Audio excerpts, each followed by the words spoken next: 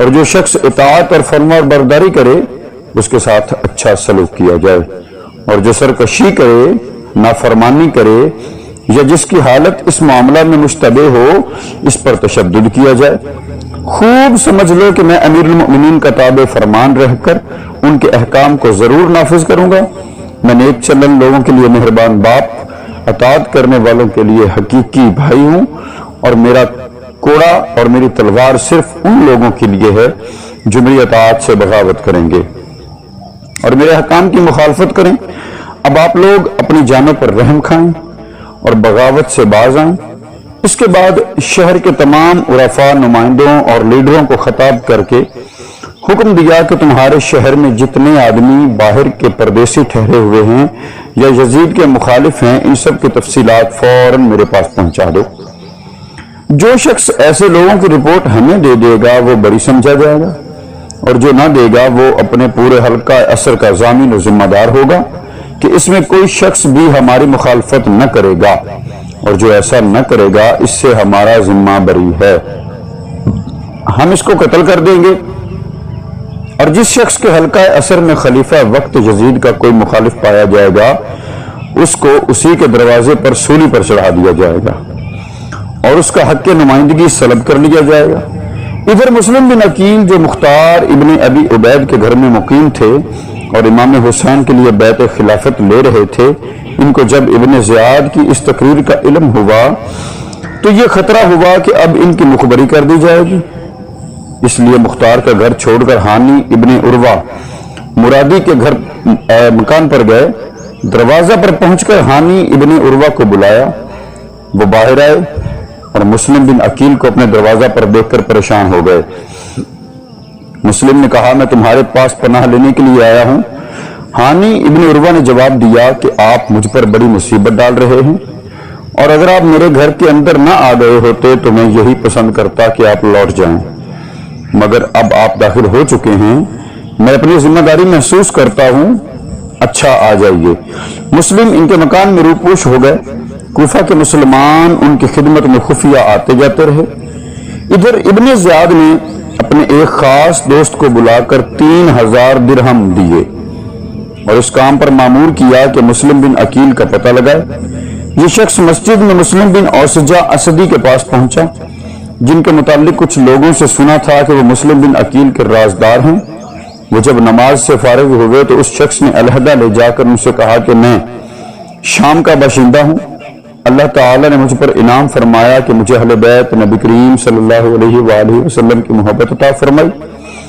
یہ 3000 درہم ہیں، اس لیے لایا ہوں کہ اس شخص کے سپرد کر دوں جو امام حسین کے لیے بیعت لے رہا ہے۔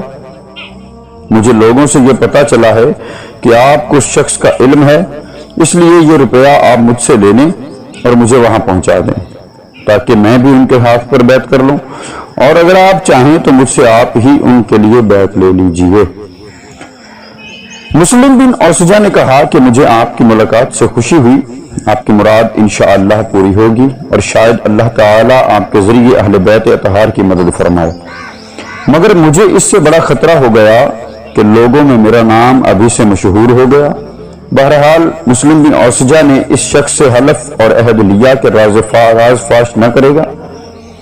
یہ شخص چند روز تک ان کے پاس انتظار میں آتا جاتا رہا کہ وہ اس کو مسلم بن عقیل سے ملا دیں گے۔ اتفاقاً ہانی بن عروہ جن کے گھر میں مسلم بن عقیل روپوش تھے بیمار ہو گئے۔ ابن زیاد بیمار کی خبر پا کر عیادت کے لیے ان کے گھر پہنچا۔ اس وقت امارہ بن عبد سلولہ نے ان سے کہا کہ یہ موقع غنیمت ہے، اس وقت دشمن ابن زیاد تمہارے قابو میں ہے، قتل کرا دو۔ ہانی ابن عروہ نے کہا کہ شرافت کے خلاف ہے کہ اس کو اپنے گھر میں قتل کروں۔ یہ موقع نکل گیا، مگر اتفاقاً ایسا ہی ایک موقع اور پیش آیا کہ شریک ابن عور جو کہ ابن زیاد کے ساتھ کوفہ میں آیا تھا مگر اہل بیت سے محبت رکھنے والے کے سبب ابن زیاد سے جدا ہو کر ہانی بن عروہ کا مہمان اور ہمراز ہو گیا تھا۔ یہ بیمار پڑا تو پھر ابن زیاد نے خبر بھیجی کہ آج شام کو میں شریک ابن عور کی عیادت کے لیے آؤں گا۔ شریک ابن عور نے بھی اس موقع کو غنیمت جان کر مسلم ابن عقیل سے کہا کہ یہ فاجر آج شام کو میری عیادت کے لیے آنے والا ہے، جب یہ آ کر بیٹھے تو آپ یکبارگی اس پر حملہ کر کے قتل کر دیں، پھر آپ مطمئن ہو کر قصر عمارت میں بیٹھیں۔ اگر میں تندرست ہو گیا تو بصرہ پہنچ کر وہاں کا انتظام میں آپ کے حق میں درست کر دوں گا۔ شام ہوئی اور ابن زیاد کے آنے کا وقت ہوا تو مسلم بن عقیل اندر جانے لگے۔ اس وقت شریک نے ان سے کہا کہ آج موقع کو ہاتھ سے جانے نہ دینا، جب وہ بیٹھ جائے تو فوراً قتل کر دینا۔ مگر اس وقت بھی ان کے میزبان بانی ہانی بن عروہ نے کہا کہ مجھے یہ پسند نہیں کہ وہ میرے گھر میں مارا جائے۔ یہاں تک کہ ابن زیاد آ گیا اور شریک کی مزاج پرسی شروع کی۔ شریک نے قصداً بات کو طول دیا اور جب دیکھا کہ مسلم بن عقیل باہر نہیں آتے تو ایک شعر پڑا، تم سلمہ کے متعلق کیا انتظار کرتے ہو، اس کو سلام کی نہیں کرتے، اور بار بار یہ شعر پڑھنے لگے۔ ابن زیاد نے سمجھا کہ بیماری کی وجہ سے حواس میں اختلال ہے کہ بے جوڑ باتیں کر رہے ہیں۔ ہانی بن عروہ سے پوچھا، انہوں نے کہا جی ہاں، اس بیماری میں ان کا یہی حال ہے، کبھی کبھی ہذیان کی باتیں کرنے لگتے ہیں۔ ابن زیاد کے ساتھ مہران بھی آیا تھا، وہ تاڑ گیا اور ابن زیاد کو اشارہ کیا کہ فوراً وہاں سے اٹھ جاؤ۔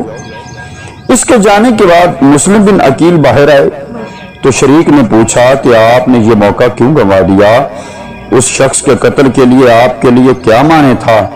مسلم بن عقیل نے فرمایا، دو خصلتیں معنی ہو گئیں۔ اول تو یہ کہ میں جس شخص کے گھر میں مہمان ہوں اور پناہ گزین ہوں وہ اس کو پسند نہیں کرتے۔ دوسرا، ایک حدیث جو حضرت محمد مصطفیٰ صلی اللہ علیہ وآلہ وسلم کے لخت جگر پیارے صحابی حضرت علی کرم اللہ وجہ الکریم نے مجھے سنائی کہ رسول اللہ صلی اللہ علیہ وسلم نے فرمایا کہ ایمان حیلہ کے ساتھ اچانک قتل کرنے سے منع فرماتا ہے۔ کسی مومن کو جائز نہیں کہ مومن کو حیلہ کر کے اچانک قتل کرے۔ یہاں یہ بات قابل ملاحظہ ہے کہ مسلم بن عقیل کو اپنی موت سامنے نظر آ رہی تھی، اور نہ صرف اپنی موت بلکہ پورے خاندان اہل بیت کی موت اور اس کے ساتھ ایک صحیح اسلامی مقصد کی ناکامی دیکھ رہے ہیں۔ اور جس شخص کے ہاتھوں یہ سب کچھ ہونے والا ہے وہ اس طرح ان کے قابو میں ہے کہ بیٹھے بیٹھے اسے ختم کر سکتے ہیں۔ مگر اہل حق اور خصوصاً اہل بیت اطہار کا جوہر شرافت اور تقاضائے اتباع سنت دیکھنے اور یاد رکھنے کے قابل ہے کہ اس وقت بھی ان کا ہاتھ نہیں اٹھتا۔ یہی اہل حق کی علامت ہے کہ وہ اپنی حرکت و سکون اور ہر قدم پر سب سے پہلے یہ دیکھتے ہیں کہ اللہ تعالیٰ اس کے رسول کے نزدیک ہمارا یہ قدم صحیح ہے یا نہیں، اور اگر کتاب و سنت سے یا تقاضائے شرافت سے ان کی اجازت نظر نہیں آتی تو اپنا سب کچھ قربان کرنے اور مقصد کو نظر انداز کرنے کے لیے تیار ہو جاتے ہیں۔ اس شخص کے بعد شریک تو اس بیماری میں 3 روز کے بعد انتقال کر گئے۔ اب جس شخص کو ابن زیاد نے 3000 روپے دے کر مسلم بن عقیل کے پیچھے لگایا تھا اور وہ مسلم بن اوسجہ کے پاس برابر آمد و رفت رکھتا تھا، بالآخر ایک روز مسلم بن اوسجہ نے اس کو مسلم بن عقیل سے ملا دیا۔ اس نے جا کر مسلم بن عقیل کے ہاتھ پر حضرت امام حسین کے لیے بیعت کی اور 3000 درہم ان کو دے دیے، اور اب روزانہ ان کے پاس آنے جانے لگا، اور اس راستہ میں مسلم بن عقیل کی ہر نقل و حرکت اور تمام راز ابن زیاد کے پاس پہنچنے لگے۔ اب جب کہ ابن زیاد پر بری طرح راز فاش ہو گیا اور معلوم ہو گیا کہ ہانی بن عروہ نے مسلم کو پناہ دے رکھی ہے تو اس کو ہانی کی فکر ہوئی۔ لوگوں نے کہا کہ یہ کیا بات ہے کہ بہت دنوں سے ہانی بن عروہ ہم سے نہیں ملے۔ لوگوں نے بیماری کا عذر بتایا، مگر اس کو تو گھر کے بھیدی نے سب کچھ بتا رکھا تھا۔ اس نے کہا کہ نہیں، ایسا نہیں ہے، وہ مرض سے اچھے ہو چکے ہیں، گھر کے دروازہ پر پہرا کے لیے بیٹھے رہتے ہیں۔ آپ لوگ جاؤ اور اس کو سمجھاؤ کہ وہ اپنی ذمہ داریوں کو سمجھیں اور ہمارے پاس آئیں۔ یہ لوگ ہانی کے پاس پہنچے، حالات کی نزاکت بتلا کر کہا کہ آپ ہمارے ساتھ چلیے۔ ہانی نے اپنے آپ کو مجبور پایا، ان کے ساتھ چلنے کے لیے سوار ہو گئے۔ جب قصر عمارت کے قریب پہنچے تو ان کو احساس ہوا کہ آج میرے لیے خیر نہیں۔ آنے والوں میں ان کے عزیز حسان بن اسما بھی تھے۔ ان سے کہا کہ مجھے اپنے بارے میں خطرہ ہے۔ حسان نے جواب دیا کہ آپ بالکل فکر نہ کریں، میں تو کوئی خطرہ محسوس نہیں کرتا۔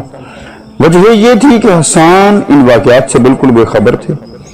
یہ لوگ حامی کو ساتھ لیے ہوئے قصر عمارت میں داخل ہوئے تو ابن زیاد نے قاضی کوفہ سے کہا کہ ایک خائن کو خود اس کے پاؤں نے یہاں تک پہنچا دیا۔ جب قریب آئے تو ابن زیاد نے شعر پڑھا، ارید حیاتہ و یرید قتلی، یعنی میں تو اس کی زندگی چاہتا ہوں اور وہ میرے قتل کے در پہ ہے۔ حامی نے کہا یہ کیا بات ہے؟ ابن زیاد نے کہا کہ کیا آپ یہ جانتے ہیں کہ آپ ان سازشوں سے بے خبر ہیں جو امیر المؤمنین کے خلاف آج آپ کے گھر میں ہو رہی ہیں؟ آپ نے مسلم بن عقیل کو اپنے گھر میں ٹھہرایا ہوا ہے اور اس کے واسطے اسلحہ اور رضاکار جمع کر رہے ہیں۔ حانی نے انکار کیا اور گفتگو طویل ہوئی تو ابن زیاد نے اس اپنے جاسوس کو سامنے کر دیا جس کے ذریعہ خبریں پہنچی۔ یہ ماجرا دیکھ کر ایک دفعہ تو حانی ششدر رہ گئے، مگر پھر ذرا سنبھل کر بولے، میری بات سنیے اور اس کو سچ مانیے، واللہ آپ سے جھوٹ نہ بولوں گا۔ واقعہ یہ ہے کہ بخدا نہ میں نے مسلم بن عقیل کو بلایا نہ مجھے ان کے معاملہ کی کوئی خبر تھی۔ اچانک ان کو اپنے دروازے پر بیٹھا ہوا دیکھا اور مجھ سے میرے گھر مہمان ہونے کے لیے کہا۔ مجھے ان کی بات رد کرنے سے حیا مانے ہوئی اور اس کی وجہ سے مجھ پر بہت سی ذمہ داریاں عائد ہو گئیں۔ میں نے مجبور ہو کر اپنے گھر میں داخل کیا اور مہمان بنا لیا، اور اگر اب آپ مجھ پر اطمینان کریں تو میں اپنے گھر جاؤں اور ان کو اپنے گھر سے نکال دوں اور آپ کے پاس آ جاؤں۔ ابن زیاد نے کہا کہ خدا کی قسم آپ مجھ سے اس وقت تک جدا نہیں ہو سکتے جب تک مسلم بن عقیل کو میرے سپرد نہ کر دیں۔ حانی نے کہا کہ میں ہرگز ایسا نہیں کر سکتا کہ اپنے مہمان کو تمہارے سپرد کر دوں اور تم اسے قتل کر دو۔ حاضر مجلس مسلم عمر بہلی نے ابن زیاد سے کہا کہ مجھے اجازت دیجیے، میں انہیں سمجھاتا ہوں۔ علیحدہ لے گئے اور کہا کہ کیوں اپنے آپ کو ہلاک کرتے ہو؟ مسلم کو ان کے سپرد کر دو۔ یہ لوگ سب آپس میں بھائی بھائی ہیں، ایک دوسرے سے نمٹ لیں گے، قتل نہ کریں گے اور نہ کوئی نقصان پہنچائیں گے۔ اس معاملہ میں نہ آپ کی کوئی رسوائی ہے نہ آر۔ حانی نے کہا اس سے زیادہ کیا رسوائی ہو سکتی ہے کہ میں اپنے مہمان کو اس کے دشمن کے حوالے کر دوں؟ بخدا اگر کوئی میرا یار مددگار بھی نہ ہوتا اور میں تنہا ہوتا جب بھی اپنے مہمان کو اپنی زندگی میں اس کے سپرد نہ کرتا۔